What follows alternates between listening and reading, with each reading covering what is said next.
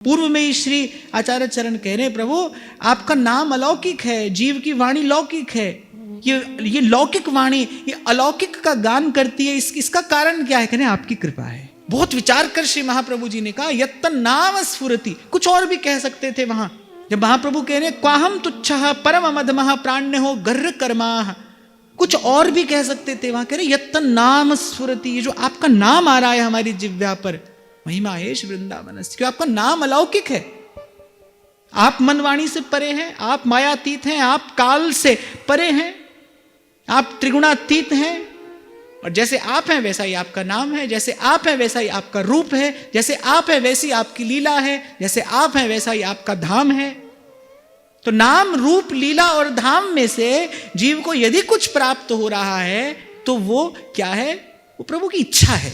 आप देखो ये बात हृदय को कितना आनंद देती है। जब आप माला कर रहे हो, जब आप माला कर रहे हो तो एक एक मन का फेरते फेरते यदि आपके मन में ये भाव स्फुरित हो रहा है कि इस समय मेरे प्रभु की इच्छा है कि मैं उनका भजन करूं, ये भाव हृदय को कितने आनंद से भर देता है।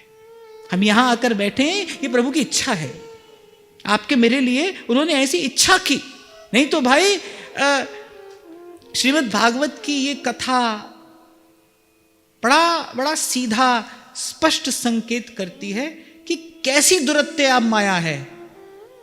आप सबने जड़ भरत जी का प्रसंग सुना है, अनेक बार सुना है। वो कोई एक जन्म के साधक नहीं है। अरे उनका साधन तो बिल्कुल सिद्धि के निकट है। उनका साधन जो है वो बिल्कुल सिद्धि के निकट है। जन्मांतर की साधना एकत्रित हो चुकी है, फिर भी भूल हो जाती है।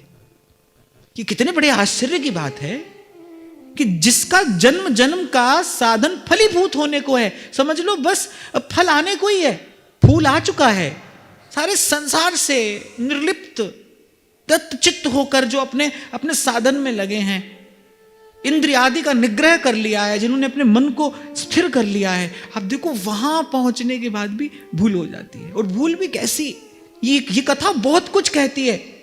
इसी कथा का विचार करके आचार्य की वाणी कहती है ना जानो छिन अंत। वो अंत क्षण ही तो था, साधना बिल्कुल सिद्ध होने वाली थी श्री जड़ भरत जी की।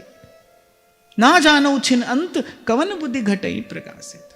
तो बिल्कुल उचित है श्री वल्लभाचार्य महाप्रभु का यह सिद्धांत, बिल्कुल उचित है कि श्री कृष्ण की पुष्टि, श्री कृष्ण के अनुग्रह के बिना जीव के कल्याण में और कुछ कारण नहीं हो सकता।